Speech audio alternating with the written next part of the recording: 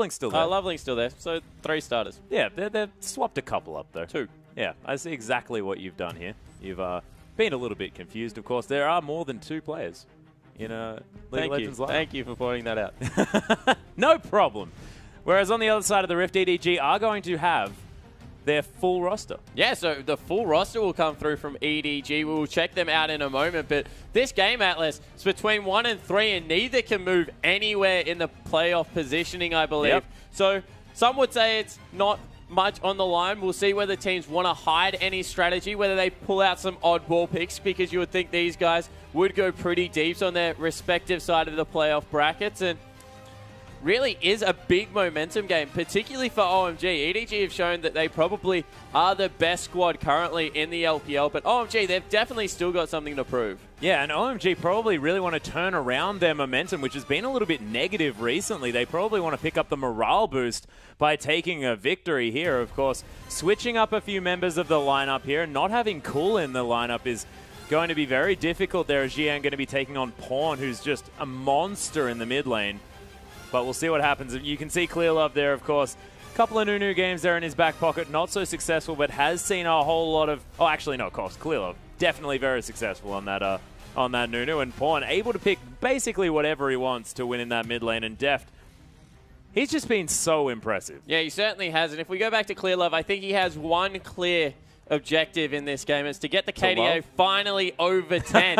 He's on 9.92 or something ridiculous. He needs it over 10. Atlas needs a good series. You check out Mako, the engage heavy support, and across from top to bottom, this EDG lineup has looked fantastic the entirety of the season. It really is a big toss-up to who you give the best player to. If you had to pick out an MVP, sure, Deft has had a brilliant season. He's been heralded as the best AD carry in the region for sure, and a top-heavy AD carry region. But Clearlove, quite unsung, has quietly accumulated probably the most successful jungle season we've seen yet in the LPL.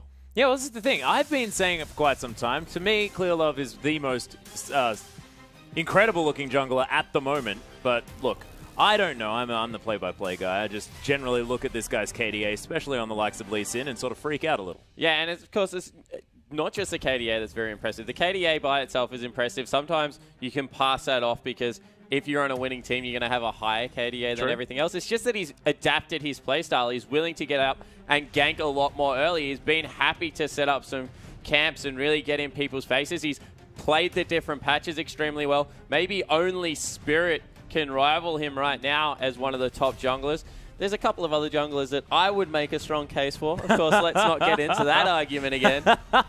Not this time. But really has put together a very solid season. Of course, Pawn in the mid lane, he's had a great season. And Koro and Mako, no slouches in their own right. It's just impressive to look down the lineup. Yeah, we're seeing that graph there of time spent at the top of the table, and definitely seeing very even towards the beginning, but things really edging out there for EDG. But of course, the first time that these two teams matched up, it was a 1-1. Yeah, it certainly was, and Uzi went crazy, I believe, in the second game to pull that one back. It seemed like it was an angry performance from Uzi in that second one. Yeah, and not the first angry performance we've seen out of Uzi this season. I'm expecting another one here. If there's anyone that will try and put the carry pants on today to win a grudge match, of course, this is two of the bigger teams in the LPL going head-to-head. It will be Uzi. It will most definitely be Uzi, and we'll see whether he's going to still have the same synergy that we saw before with Low there in the bottom lane. It was probably the most successful that we've seen the bottom lane of OMG. Yeah, it was. They played particularly well when they had Low in the starting lineup, and you see already on OMG's side, they get rid of the Rek'Sai. That's a very strong Clearlove pick, and Uzi doesn't want to play against that Urgot.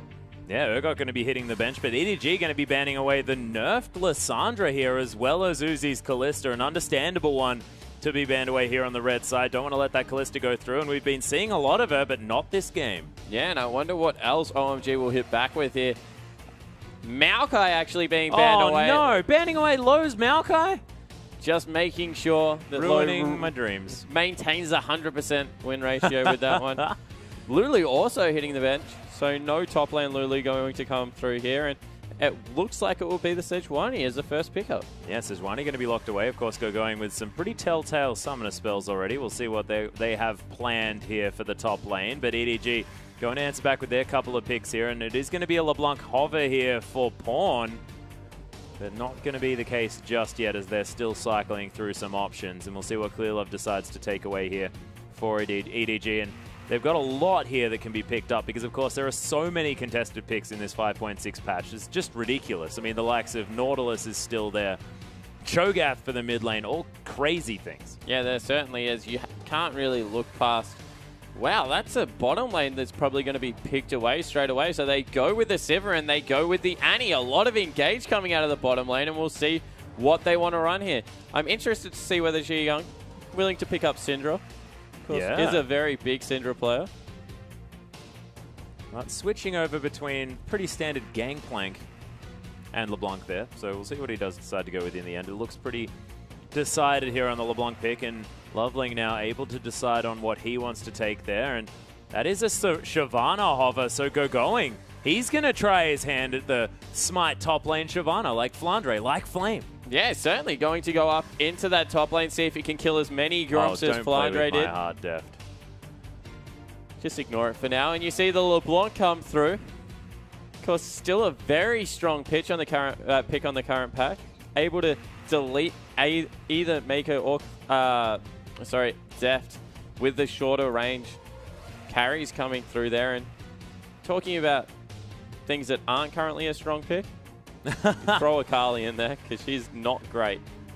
No, not at the moment. Of course, not being able to proc that mark with her auto with her E does make her a little bit if she couldn't do it with her auto attack, she'll be completely on. That'd probably remove her from anything, possibly here. But Koro's going to be taking that Hecarim into the top lane. Very standard looking here for EDG thus far. They haven't picked up Pawn's pick yet, and Uzi straight onto the Jinx and low.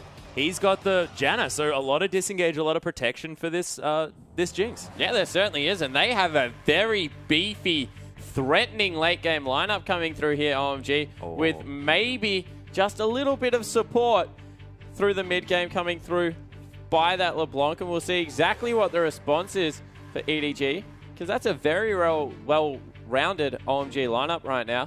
Looks like they're currently going with the Twisted Fate. That's a brave matchup, willing to take that one into a LeBlanc. But that's what they've decided. Yeah, Pawn looking to pick that one up. Probably wants to focus on the rest of the map because you have to think that it's going to be very, very difficult going up against a LeBlanc. And we haven't seen Jiang here in the mid lane for quite some time, but does have a pretty decent matchup that Pawn's actually opted into. Yeah, he certainly has. And we saw Jiang play support, and he played it on point. His skill shots were really good coming through there. So from memory, teamed up with San, who was playing a lot of Graves at the time and was very successful. Graves at the time, you mean Graves forever. Yeah, well, he wasn't playing it when he was playing top lane, Atlas. He was playing Nah. That's a good point. That is a very good point. But let's go over the lineups here, ladies and gentlemen, as He's going to take the Dragon up against the Horse, and Loveling on the Piggy here against the Yeti. Certainly is. Yeah. Yep. And if we get away from animals, we'll see LeBlanc versus Twisted Fate in the mid lane. That's a very interesting matchup for Pawn to pick into. Yeah, very interesting. Meanwhile, on the other side, it is going to be the Jinx counter pick into the Sivir that we were discussing a whole lot at the beginning of the season. And Low versus Mako here, the Janna versus the Annie, and it's engage versus disengage here on the bottom side. Yeah, it certainly is. They want to use their superior range to really poke the Sivir out of the lane. Uzi wants to take it to Deft in a counter pick. People argue that it's not really that much so until you get some AD, but you throw a Janna support in there and you get AD from level 1. Yep, no problem there at all. Of course, Eye of the Storm, a pretty decent tool there in order to really buff up your AD carry, and Uzi is going to have all the tools that he needs. But ladies and gentlemen, let's hop onto the Rift and see how this one goes.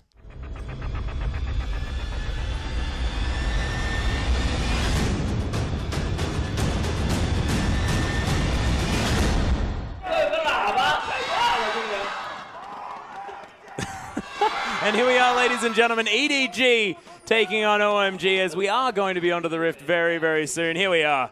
Who had that louder chant there, Atlas? Was it OMG or EDG? I'm not entirely sure, but Low is definitely caught out here. Forced to use that flash as a ricochet going across multiple members. The stun card is there, lands it onto Low, and EDG, they pick up first blood onto Pawn, and I don't think that there could be any worse player to get that one if you're an OMG fan. Yeah, there certainly isn't. You're an EDG fan, on the other hand. You are extremely happy. Goes back, picks up a ring. So he's got a ring, a bottle, and some biscuits for himself. Oh, man, he's ready to get married and have something some to cookies, eat. Yeah. Not entirely sure. It's Christmas time, and he's got a ring for Christmas. Something like that. I'm going with the cookies and milk thing, but it doesn't really work with the flask. Let's get off this topic, as now Pawn going to be heading back towards this mid lane. Not going to have too many very deep wards here to scout out any lane swaps, and it looks like we're going to have standard lanes here. EDG, Deft and Mako more than happy to go against what is arguably a counter matchup. Yeah, they certainly are, but there's already a kill in their lane, so the assist would have been helped out there. And I like the fact that you kept it jovial with the Christmas theme and didn't go with a divorced person drinking alcohol out of a flask and eating cookies. I like how you've gone back to it here as well. That's my favorite bit. Well, I was a little bit disappointed by your effort there, so I just thought I'd bring it back up. As we see the jungle camps, with both the smites being able to take these ones away relatively quickly, actually. Yeah, the Observer very confused about where to stay here on this map. Because everyone's just taking everything in the jungle. This is something we've seen more and more with the evolution of the top lane meta, as I've come to call it, because it actually isn't even top lane anymore. We just run around with 4 junglers the whole game. Yeah, I have a feeling that's kind of like it, as Uzi's going to take an auto attack here from Mako, as both of these laners trying their very best to get this one to level 2. Of course, that Ricochet very, very helpful in the hands of Deft. It certainly and level 2 has been hit. Even though they picked up one of the Krugs, I believe, on the bottom side, Uzi and Low, they've been forced out a little bit by the Ricochet, so... And you can see already, I mean, Deft able to clear out that whole wave before the other one gets to the turret. And that good is a shield from Low. Yeah, really nice shield. Low's shield timing has actually been really strong. And Uzi, that farming under the turret, stunning. It's really hard to get last hits on creeps with Zap, because that thing is so delayed. I talk about last hitting under turret a little bit too much now. No, I like it. It's probably one of my... It's relaxing. It's like watching a waterfall. Yeah, it's beautiful. Pawn actually going to lock a gold card here, looking to try and pressure Jiang. Just making sure he can't dive in with the W there. Gold card has great zoning potential in the mid lane, so that's all Pawn's using it for. Of course, also wants to be a cowboy, so rocking that skin at the moment. Not too bad. Dragon versus Horse up here. Horse tends to win this matchup early. That's really interesting, considering just how this works as far as, you know, dragons and horses. Yeah, but no. It's working out quite well the Rainbow Pony so far. Does work, mate. Is Shyvana going to get to a point where she can just freely push the wave and then go and counter? Well, that's what happens. All that she does in the end is push much quicker and ignore Toro. It was actually the matchup that we saw Flandre take the Shyvana into the first time, and he definitely didn't have too much of a worry there, as he was just killing Gromps left, right, and center. Oh, the Gromp Slayer. The poor Gromps spawn. It's just such a priority on this page. And oh, wow, already a 4-man gank coming into the bottom lane. Clearlove and Pawn have teamed up together. They might go in there. They've been a warning ping, though, so OMG know what's up. They know what's up, but do they have enough in order to stop this one? As it is going to be heading towards there. You can see that they did walk past a ward, as our kind observer going to be showing you. Oh, does the Sejuani face check. They're going around. They've been spotted, and they're out. Yep, locks the gold card and wanders away. And Pawn blows his flash to get back to mid lane ASAP. He's ghosting to the mid. Sorry, Ghost, not Flash. I would have liked the Flash as well, but he wants to make sure he can get towards a cannon creep potentially there, as Uzi's going to get stunned up. Deft actually taking a fair bit of damage there as the zap comes through, but Deft says thank you for the mana, as the Boomerang is going to secure the cannon for himself there as well. But this wave definitely pushing back here towards EDG. And it might be time for OMG to set up for a potential dive. Of course, Sejuani relatively tanky here at this stage at full health. There's a lot of creeps there. They don't want to go in on anything near it, so Def just happy to pick up things under the turret. He'll be farming out, of course. One thing that I don't like about the tanky meta at the moment, Atlas, is that all the junglers are huge and creeps get in your way. Yeah, that is certainly a problem. Bristle is... Yeah, I'm not going to say it because Bristle gets a little bit upset about that one, of course. But Jiang able to farm out that wave. Are you trying to say that Bristle's a bit health conscious at the moment, Atlas? Maybe. It's a big boar. A very big boar. Is Uzi going to get stunned up here again? That's a nice boomerang over the top as Uzi actually trying to get out of the way. Oh my goodness, really nice spell shield to block the zap as Def just going to auto attack some creeps here, and Mako going to take a lot of damage. The Storm back off cooldown, and Lowe's use of this shield has been fantastic in this lane so far, but Uzi at the moment very, very low. And Deft hasn't even used his potion yet. Yeah, he hasn't. He's been happy to keep a hold of that one. Wants to make sure that he's just using his auto attacks to stay nice and healthy at the moment. And the Ricochet doing a little bit of work on Uzi. Just pointing out Pawn's build. He's gone Boots 2 again on his Twisted Fate. He's gone Mercury's Treads as well. Yeah, but I like the Mercury Tread pickup just because of the fact that he needs a little bit of MR. And if you're going to go no combat in the mid lane, just going to go Boots 2 for the ganking potential that it does bring. You probably need to be a little bit safer against Jiyoung there. So I do agree with what he's gone with. But this is a very selfless build that we've seen come through a couple of times now, I believe. And yeah. It really is... I don't know whether it's going to work against some of the better mid laners. It probably won't even work against Jiyoung, you know, who's already started to zone, although Pawn's got a pretty good CS advantage here as we see some harass come through. Oh, it doesn't take any damage. He's not too worried about that one, of course, the Mercury's Treads. Like you mentioned, offering a bit of that magic resist. He's going to be A-OK, able to use those wild cards in order to clear out the wave as well, and continues to have pretty decent CS advantage in about 7 at this stage. Cookie Monster heading towards this bottom side as well as he's discovered by a pink ward. Loveling hanging around the area as well. And the Dragon looking like it's being looked at here by EDG. Yeah, so first red buff being picked up. Going. He's doing some counter jungling. Pretty get in there. Going to get the Raptor sense. I didn't even think about that. That is... Oh, there's so much cool things about smart top laners at the moment. He's going to run over a ward. It's his, so he's not going to be able to sweep it out. Unfortunate.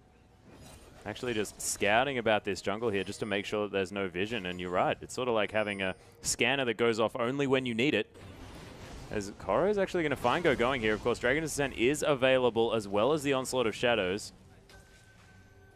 Both these top laners just going to head back to the creep wave. Yeah, you see, unfortunately, Koro's still getting the better of that. Oh, Pawn in trouble. Yeah, flashes immediately when that Glacial Prison comes in. Loveling looking for it. There's another chain to land as well as the flash comes down. The Ignite's still ticking, but Super Mega Death Rocket doesn't quite get there. And oh my goodness, Jiyoung's... Oh my gosh, Pawn going in very aggressively as the rest of EDG are able to lock down that kill there onto Loveling. And OMG, they rotate their bottom lane around. The Howling Gale comes across. The Chompers are there, but EDG, they've got what they want, and they're just going to get out. Yeah, so they pick up a kill onto their jungler, but an assist goes through for Koro in the top lane. And even though he packed up and left, he still has the CS advantage, so he'll be able to get back up there. Dragon is being looked at by Mako, but won't happen. And unfortunately, Uzi, who was winning his lane, had to rotate up into the mid lane to try and help out. And that means that he lost a little bit of CS. He was up a little bit further. Yeah, and actually going with the Bomby Cinder there, sitting on also the jungle item, so he is able to clear out these camps a little bit faster. Going actually going to discover Clear Love here. And you can see the fact that oh, there's the Dragon's Descent coming across as going, looking to try and get something done, but of course can't get the red buff. And that little Cinderling was attacking the Dragon. I don't think Clear Love even noticed. No, I don't think he noticed either. Maybe he thought it was a little bit of a visual bug. It wasn't Clear Love. Thank you.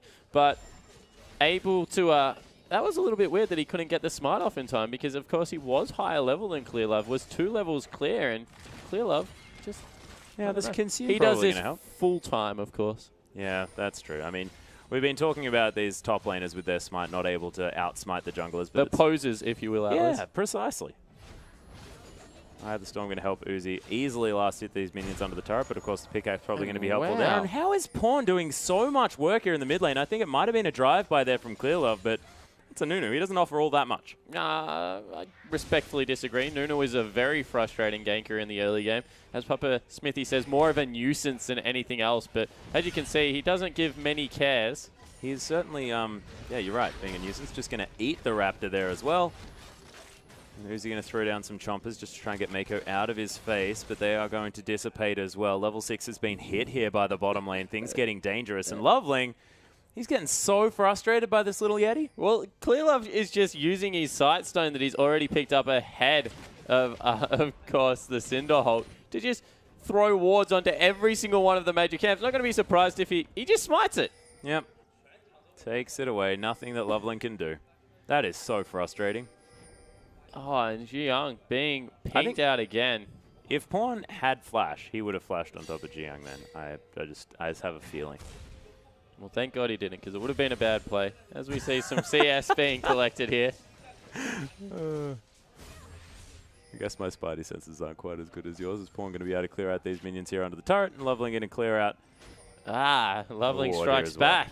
Yeah. Smite this, Clear Love.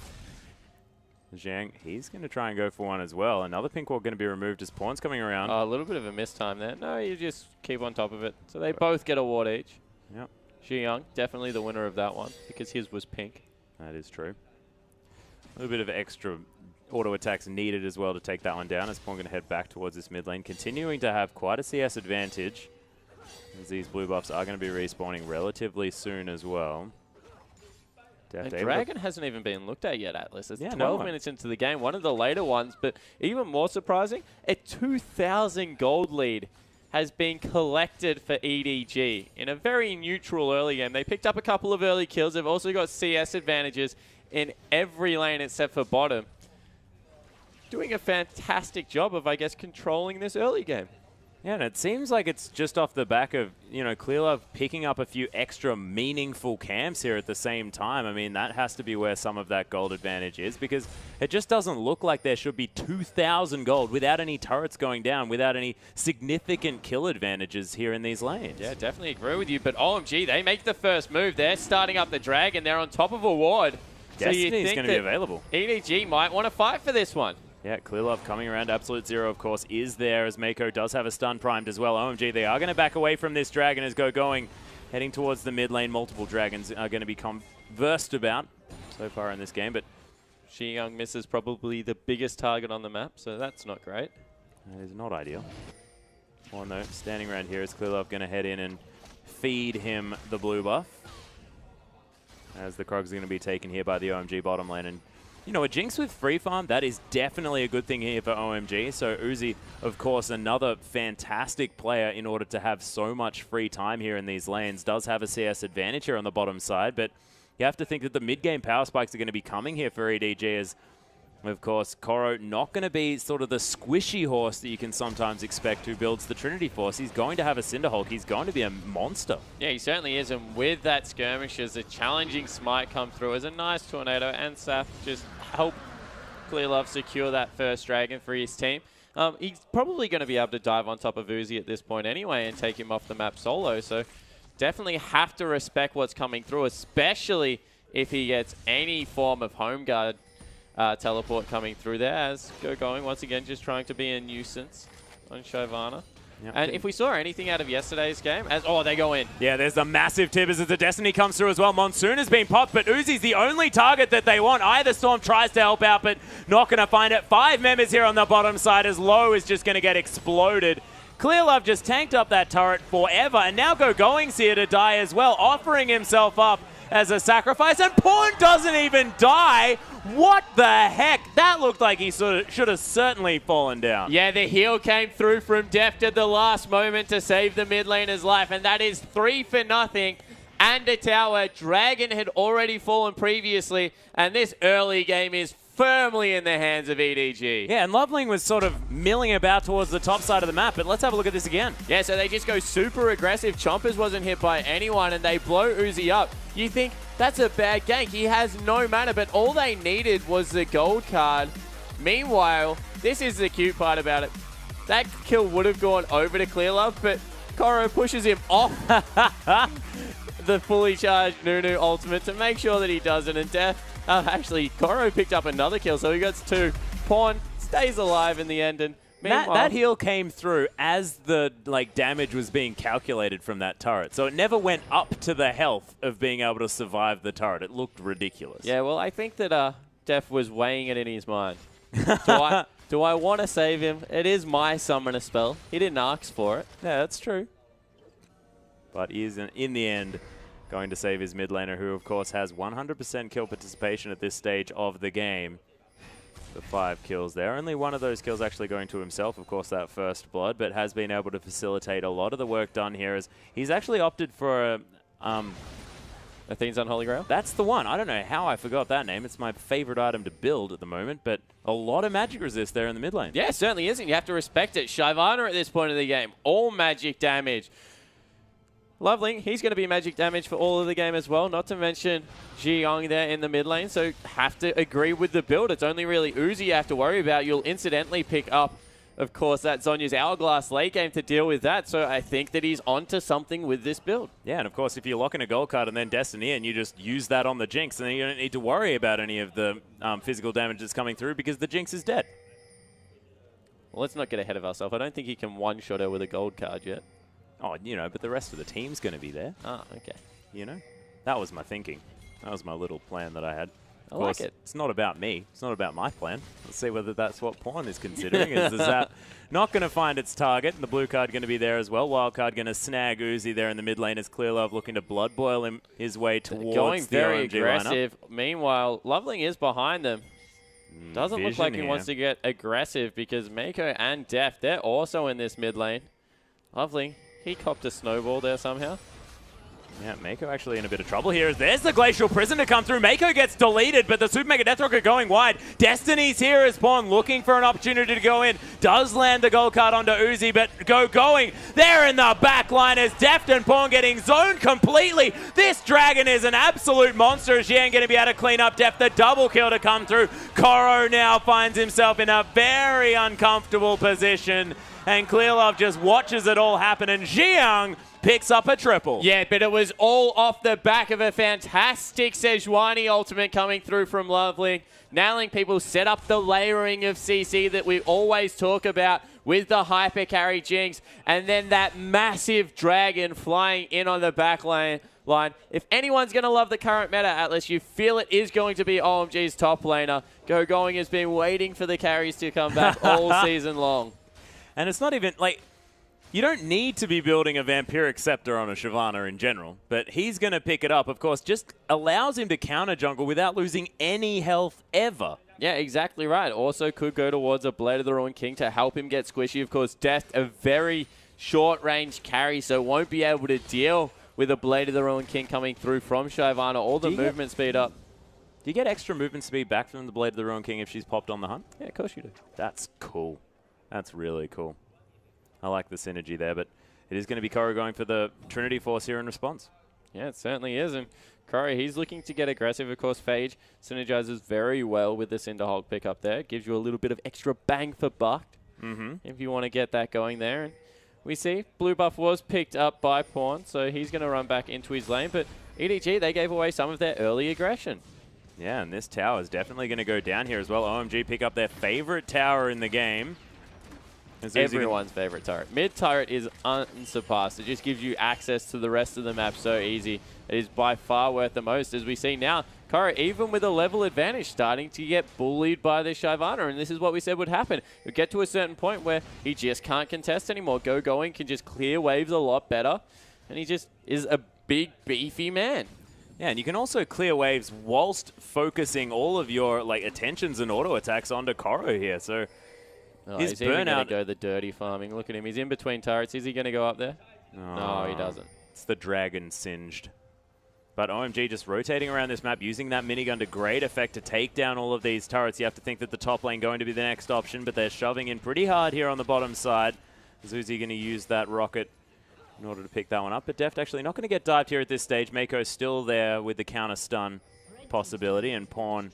Dragon looks to be the next objective, but top turret fell in the meantime, so this is 200 gold only in EDG's favor after, well, what, 2,000 gold ahead before? So bringing it right back now is OMG. They've got the turret advantage for themselves as well, and they might have been caught out here. Yeah, Zhang does land the chain, but Blood Boil is going to help get Nunu a little bit out of danger there, as Distortion going to be used by Zhang just to clear out this wave.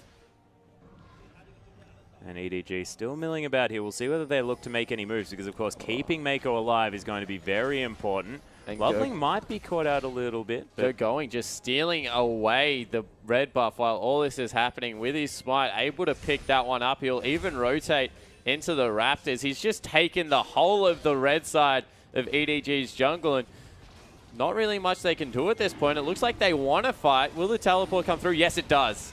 Yeah, they're looking for it here as Clearlove coming through the backside. We'll see whether he manages to get the smite down. Oh my goodness, the ultimate in order to stop him from stealing that one away. And Loveling now trying to engage onto this one. The Monsoon comes through. Chomper's not going to do too much, but the pause right in the middle of all the action. You can hear all of the supporters there, the Chinese supporters in the studio getting a little bit upset about that pause to come down, but my goodness, we can take this moment now to assess exactly what's... You see Uzi is like, what the heck is going on, man? He's like, who paused the game? Oh, golly gee. He did have some low health bars there, but now that it's no longer on the screens, Spawn, if you want to go through, having no Monsoon and no Glacial Prison for the end of this team fight, how do you think it's going to go? Yeah, so what happened there is they used it and they didn't really get much, and you saw at the end of that fight, Koro had dove onto the backline. I think that's what Uzi had just realized as the pause came through. Maybe it was Pawn that caused it. Was the fact that, yeah, there we go. Yep, we're back into this one as well as Jiang. He's going to fall down. Def picks up that kill as well as there's the Destiny over the backside, and EDG just roll over the team fight. Going, the only man standing, manages to get out of there alive, but EDG quickly reaffirm that 2,000 gold lead. Yeah, they certainly do. They will even be able to push in and grab... No, they're going for the Baron. What an aggressive early game move. Of course, teleport still is available, but with 5 seconds on the jungler, they might be able to get it done. Hey, and Tibbers' uptime is massive as well. The Bear going to be able to tank up this Baron at the same time. Clearlove, he can eat chunks out of it if he wants to, is going. He can offer a smite steal, potentially, if he manages to use that Dragon's Descent in order to get himself in there. And he is the highest on the map, Atlas, so maybe he can. Does he have Consume as well? That's the big deal, but Pawn was able to zone him out, and that's an easy Baron there off a beautiful team fight for EDG. Yeah, and now all of a sudden a 4,000 gold lead has been accumulated, and that's probably a finished Trinity Force as well, which is horrible news as we take another look at this one without the pause this time. So it was all about Koro on the back line by himself. He was just wreaking havoc, and everyone had to collapse around him, which just meant that the rest of EDG were having a field day. Free hitting, you see Clearlove, no hesitation over that wall with Mako, and just a very well-oiled unit when you watch them teamfight EDG. There is no hesitation. The thing about teamfighting is if everyone's doing the same thing, doesn't matter if it's the right or wrong thing, most of the time you win these team fights because it's just one unit. As soon as there's any hesitation, which is why a lot of people struggle in solo queue, things start going badly. If you're all going to do the same thing, one bad call better than all 5 different good calls, and you just saw every single person willing to flash over the wall, willing to get in their face. Yeah, and this is the thing as well, is no matter how much health you have, you're still going to deal the same amount of damage as well. So managing to remove one person from a team fight and leaving the other person at full health is going to equal the same amount of damage, as EDG are going to lose the bottom outer turret. Is he able to chunk through that one with almost that Phantom Dancer completed? Yeah, the Archer build has actually come through here from Death. Interesting. Wants to be able to get a lot of work done before the team fight even starts by chunking people out with that Boomerang Blade and counting on the Ricochet for a little bit of auto attack reset. You have to think here. So I like the pickup there. It's very cost efficient. Doesn't really augment well with the crit from Infinity Edge, of course, but after the changes, Infinity Edge gives the exact same amount of AD as everything else. Yep, the 80 AD. Is it 80? I think it's something like that. 80. It's a large number, irrespective. Loveling is going to find the ultimate here on a Clearlove. Probably not the target they want, and Deft is going to destroy him. Pawn's going to use the Zhonya's Hourglass, but may find himself now in an uncomfortable position. So the Paw is going to come through once again. Of course, a couple of summoner spells still available here for Pawn. And so I think that's a Shyvana on the top side of the fight. I can't tell for certain. Yeah, Pawn's just like, I'm golden, guys. It's fine. Don't you worry. It's the longest Zhonya's that we've had ever. It is. Yeah. Yeah, not going to argue with that. I definitely haven't counted any others, so. No, it's true. It's true. We are back into this one, though. Pawn did manage to flash away to safety. They are going to be able to take the outer turret here in the mid lane as low. He's going to get feared back. No, he's not actually. His Koro goes really, really deep onto this one. Uzi's going to die, and Deft, the instant triple kill. My goodness. Well, it's not that instant as Going's taking a long time to go down. Pawn's going to find Jiang here on the backside as the... Oh, my goodness, he's in a lot of trouble. Mako, wildcard almost landing there. Clearlove being annoying, and the ace is going to get completed here from Pawn. And EDG, they just switch it on, and it was looking very even. OMG looking like they certainly had a foot in the door, but not anymore, ladies and gentlemen. Yeah, it certainly has been slammed shut, and boy, it's been done by Deft again. This guy's an absolute monster at the moment. 6-1 and 6. Now 30 CS up. And Atlas, that's a counter matchup.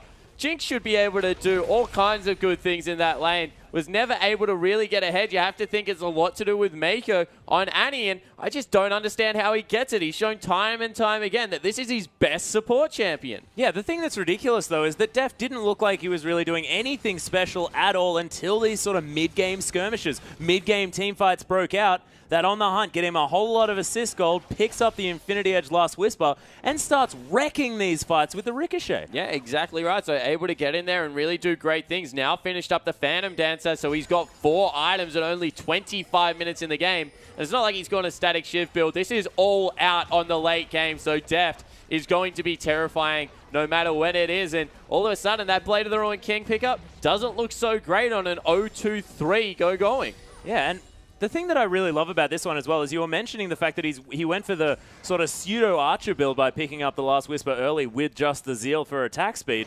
But that's brilliant because it does go into that late-game build so beautifully at the same time, but you get exactly the tools you need to be sort of a caster AD. Yeah, exactly right. And, you know, if it had have gone south, he could have picked up the Static Shiv a little bit better, a little bit more cost-effective. Yeah. Some more upfront bursts in the team fights and just tried to get it going that way. But no, recognizes that now he is the major carry and happy to go into that full build. I really like what he did there. I agree. It was a brilliant pickup.